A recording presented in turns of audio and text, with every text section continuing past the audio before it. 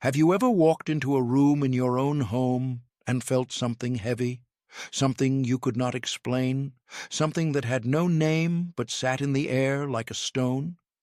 Have you ever noticed that since a certain guest visited, since a certain moment, since a certain conversation took place inside your walls, things have not been the same? The sleep is different. The arguments began. The money stopped moving the way it used to move. Your children are unsettled, and they cannot tell you why. I want to ask you something this evening that most rabbis will not ask from a public platform. Is it possible? Is it truly possible that your home itself has been penetrated by Ayin Hara? Not your finances alone, not your health alone, not your marriage alone, but the space itself, the rooms where your family lives and breathes and sleeps. Because if the walls of a home are not protected, then everything inside those walls is exposed. My name is Rabbi Eliyahu Shem-Tov. I was born in Safed, in the Galilee, and I have spent more than 40 years studying the Kabbalistic sciences of protection that our ancestors in Tzfat preserved across generations. What I am going to share with you tonight is something physical, something you can do, something you can place, something that the Kabbalistic masters of Safed have used for centuries to seal the interior of a home against the penetration of Ayin Hara. Not just the entrance, not just the doorpost, but every room, every corner, every space where your family lives. This is one of the 7 ancient Kabbalistic shields my grandfather revealed to me. Today I am sharing Shield 3. There are 7 in total, and I will tell you honestly, the ones I have not shared yet are the most powerful. We will get to all of them. But tonight, Shield 3. Because without it, every other protection you build is like a wall with open windows. Stay with me until the end. What I will show you in the main teaching tonight is something you can complete before you sleep. I was born in the quarter of Safed that overlooks the Valley of the Galilee, in a family that had lived in that city for generations. My grandfather, Rabbi Moshe Shem-Tov, was not a man who spoke much. He was known throughout the Galilee as a Kabbalistic healer. People came from Tiberias, from Acre, from villages I cannot name in this language. They came to sit with him for 1 hour and leave carrying something they did not have when they arrived. I began studying under him when I was 12 years old. He taught me that Kabbalah is not philosophy. It is engineering. It is the science of invisible forces and how a human being navigates them. When I was 28 years old, my family's business, a business my father had built over 20 years, began to collapse. Not quickly, slowly. The way water finds a crack and works on it, week after week, until the wall gives. At the time, I could not understand it. We had done nothing wrong. Our reputation was good, our relationships were good, and yet something was dismantling what we had built, piece by piece. I went to my grandfather and I sat with him the way I had sat with him since I was a boy, and he looked at me for a long time before he spoke. He said, "Eliyahu, the house was left open. The rooms were left open." That was the beginning of what he would reveal to me over the following months. The 7 shields that the Kabbalistic masters of Safed had preserved, not for the public, but for the families who came to them in their darkest hours. Within 90 days of beginning these practices, what had been falling found its footing. What had been leaving began to return. I have dedicated my life to these teachings since that moment. Now I want to say something that the Talmud says, because I will never speak about Ayin Hara without anchoring it first in our sacred texts. In Berakhot 55b, our sages teach us that Ayin Hara, the evil eye, is responsible for 99 out of every 100 deaths that do not come from illness. This is not a folk saying. This is in the Talmud. This is Talmudic law. This is the position of the sages whose wisdom built the foundation of everything we practice as Jews. Ayin Hara is not a superstition of the old country. It is a documented, recognized, Talmudically anchored spiritual force that operates in the world whether we acknowledge it or not. Before I continue, write in the comments right now, BLI AYIN HARA. Write it. Let it be a protection for every person reading this thread. Let your words become a shield for strangers you will never meet. That is a Kabbalistic act in itself. Let me speak to you about what I have seen, because I think it is important that you understand why I am teaching what I am teaching tonight with the urgency that I feel. In the past several years, something has changed in the energy of homes. I do not say this as a mystical flourish. I say it because the families who come to me, and since I moved to Miami at 68 years old, to be near my daughter and my grandchildren, there are many. These families are describing something I recognize. A household that was stable, suddenly destabilized. A marriage that was solid, suddenly fragile. A business that was productive, suddenly stagnant. And when I ask them, when did this begin? Almost always there is a moment, a gathering in the home, a guest who came and whose eyes moved over everything with a particular quality. A period when the family was publicly visible in their success, their celebration, their joy, and something came in through the door with the visitors and did not leave when the visitors left. We are living in a time of extraordinary exposure. The world's instability is visible everywhere. Financial systems that were once predictable have become deeply uncertain, with economists in institutions as established as the International Monetary Fund publishing warnings in recent months about global economic fragility that reminds many analysts of conditions that preceded major recessions. Families who built something real, built it with their hands and their sacrifice, are watching it become uncertain in ways they cannot control. And simultaneously, in this age of social media, of shared photographs, of public celebrations, more human eyes pass over the details of other people's lives than at any other moment in history. More eyes, more ayin hara, more exposure, more vulnerability. In the Zohar, Parashat Balak, the Kabbalistic masters teach that the eye of the human being is not passive. The eye transmits energy. It sends. And when a person looks at what another person has built, their home, their family, their success, with an emotion they have not examined, with envy or resentment that they may not even be conscious of, that energy travels, it penetrates. And if the home is not protected, if the rooms inside the home are not sealed by the shields our tradition provides, that energy settles into the walls and into the air and begins its work.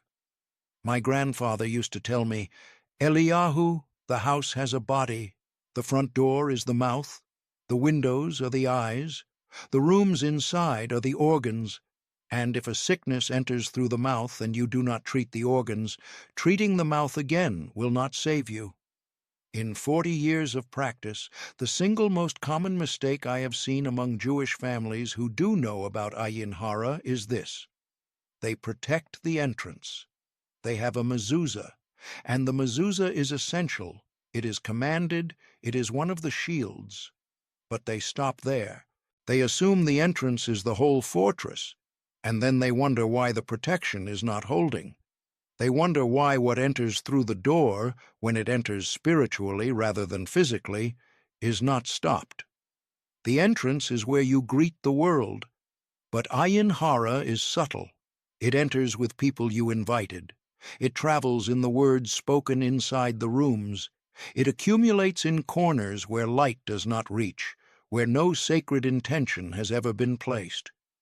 What I discovered through decades of study, and what my grandfather confirmed, is that the 7 shields are not separate practices. They are an interconnected system. Miss one and the wall has a crack.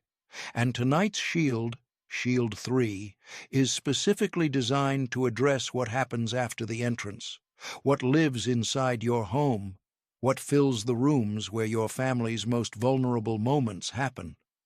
Now let me tell you where tonight's shield comes from, because nothing I teach comes from my own invention.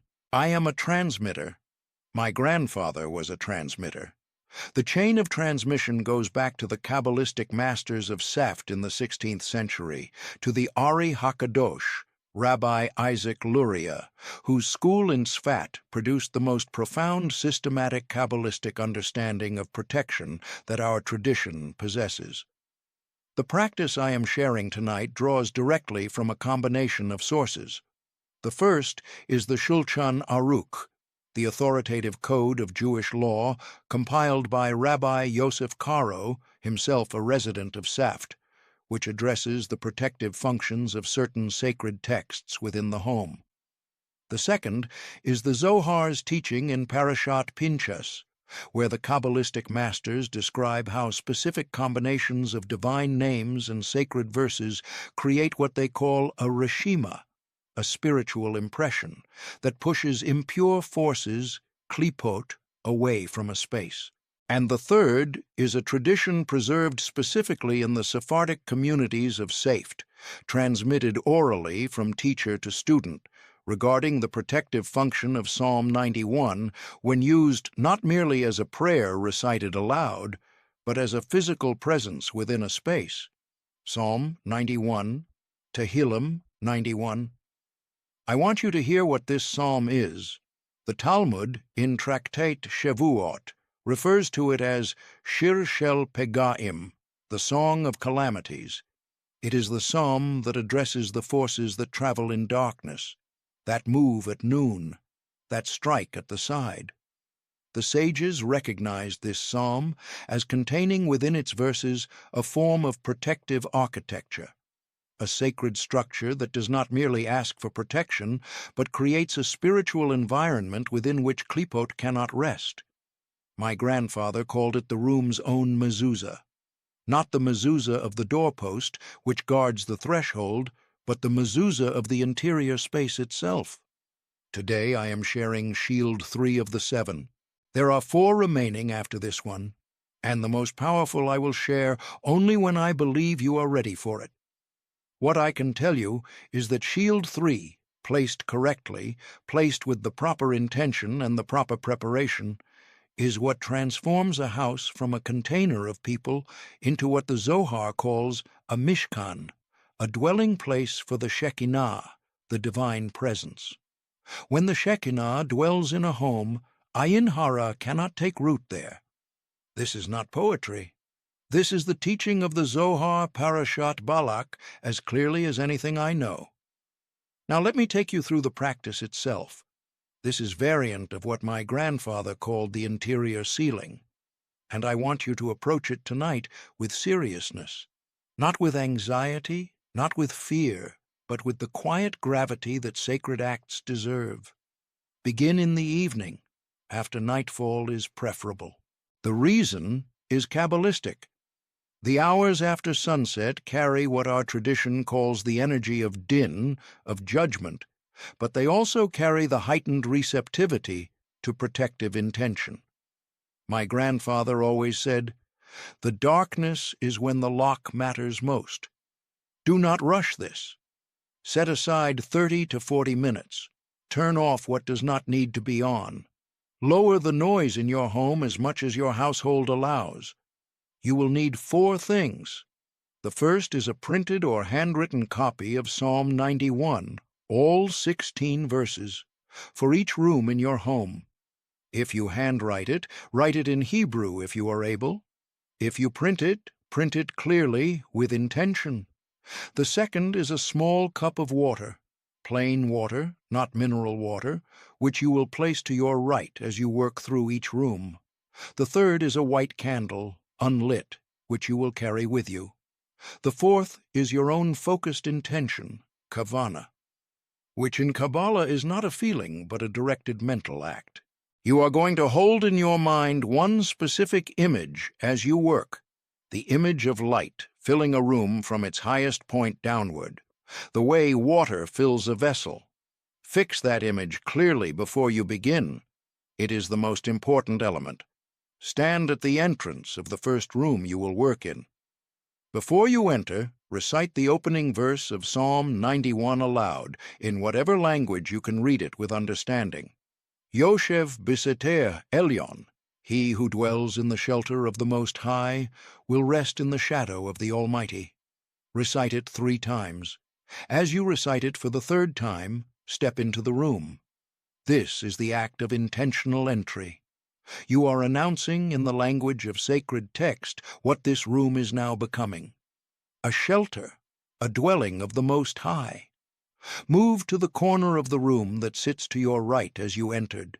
Stand in that corner for 1 full minute. Hold the image of light, filling the room from above. Do not speak. Do not pray out loud. This is a minute of what my grandfather called silent transmission. You are allowing your body's presence, combined with the sacred text you carry, to begin the work of Reshima in that corner. Then do the same in each remaining corner. 4 corners, 4 silent minutes. This is rooted in the teaching from Sefer HaBahir regarding the 4 directions and their corresponding spiritual functions: north, south, east, west, each one associated with a different divine name and a different quality of protection. When you have stood in all 4 corners, return to the center of the room. Place the copy of Psalm 91, fold it once, with the text facing inward, on the highest surface in that room that allows for it: a high shelf, the top of a wardrobe, a high cabinet. The Zohar's teaching on elevation is consistent. What is placed high in a space influences what happens below it. This is not superstition. This is the same logic as the Ner Tamid, the eternal light, placed above the ark, not below. The sacred presence governs from above the space it protects. Then take your cup of water and pour a small amount, 3 drops, at the base of the interior door of that room. 3 drops only. The Talmud in Bava Metzia 107b addresses the role of water in both the transmission and the interruption of negative spiritual energy. Water is a conductor. Used with intention, it carries the energy of what you have established in the room outward through the threshold as a kind of release. What enters through that doorway from now on will pass through that point of intentional sacred presence. Complete this in every room of your home: the kitchen, the bedroom, each bedroom, the living space.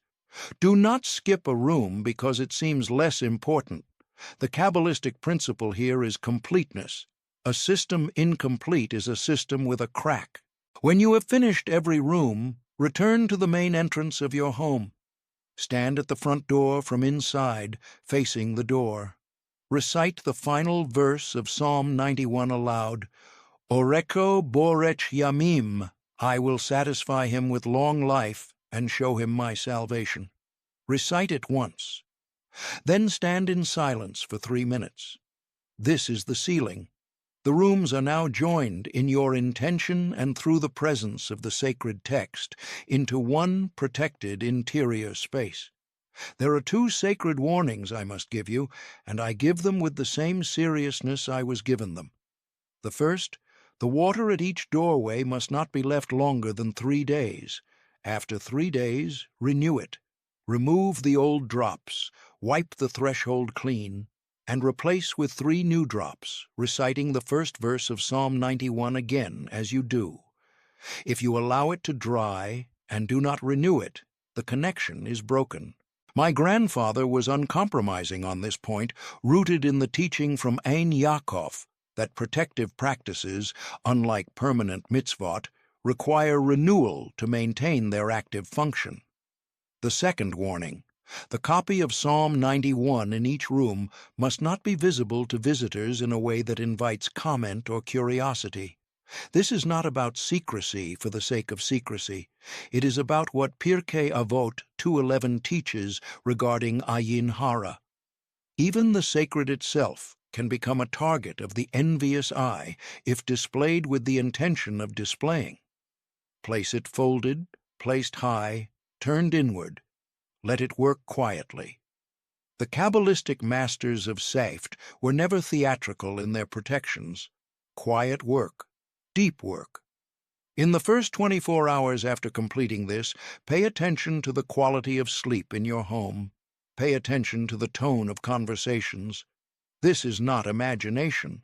The Zohar teaches that when the interior of a home is sealed with the reshima of sacred text and intentional practice, there is a perceptible shift in what my grandfather called the kli, the vessel, of the household. You may feel it. Your children may sleep more deeply. There is often a quality of quiet that settles. Over 7 days, continue your daily Tehillim, if you have that practice. If you do not yet, begin with Psalm 121 in the morning. Esa einai el heharim. I lift my eyes to the mountains, which the sages associated with protection during the hours of daylight activity, the time when most people leave their homes and expose their affairs to the eyes of others. I want to tell you something I have never shared publicly before. When I was 45 years old, living in Safed, there was a period of 3 months during which I neglected the renewal of the interior protection in my own home. I was busy in ways that felt important, teaching, traveling between communities.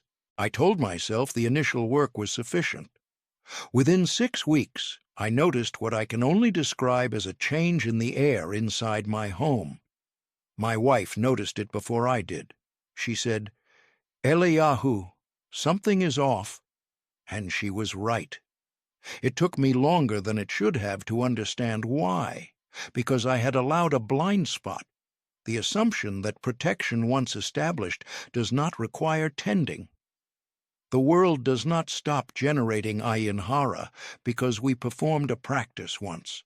We are living in a year, right now in these months, when the public visibility of families, the shared joy of celebrations broadcast widely, the photographs of homes and children and milestones that travel across the world in seconds, all of this means the volume of envious energy moving through the atmosphere has never been higher.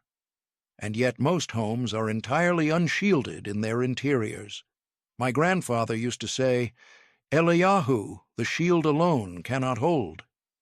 You need all 7. I did not fully understand what he meant until I was 45 years old, and I experienced exactly what he was warning me about. Tonight's shield is essential, but it is 1 leg of 7. A table with 1 leg does not hold. What I want you to carry from tonight is this. You have in your hands, right now, a practice that the Kabbalistic masters of Safed preserved specifically for families who wanted to protect what they had built from the inside out. Not from the outside in, from the inside out. The interior of your home is the most sacred space in your life. It is where your family's most vulnerable moments happen. It is where children grow, where marriages live their private hours, where sickness comes and where health returns, where grief sits and where joy accumulates. If that space is unprotected, you are not protected, and now you have what you need to change that. Tonight, recite the verse at each doorway. Stand in the corners with kavana, place Psalm 91 high in every room. Renew the water every 3 days. These are not complicated instructions. They are ancient ones. This knowledge carries weight. Use it with pure intention for the protection of your home, for the protection of your family, for the protection of what you have built and what you are still building. Never for any other purpose. The Kabbalistic power that activates in sincere protection work turns against the person who directs it from a place of impurity. My grandfather made me swear this before he taught me a single shield, and I pass that same gravity on to you. In my next teaching, I will reveal the shield that my grandfather called the most dangerous one to ignore. The one that the Zohar says is already broken in most modern homes before anyone has even noticed. The one that, in my grandfather's words, governs not what enters the home, but what leaves it. and why what leaves a protected home is as important as what you keep inside. Watch for it. Subscribe to this channel and turn on the notifications so that teaching reaches you when it arrives. Write BLI AYIN HARA in the comments below. Share this teaching with someone whose home you care about. Not for the views, because every person who applies what I have shared tonight is a home that Ayin Hara will pass over. May your home be shielded, may your family be protected, and may Ayin Hara never find the door. Shalom.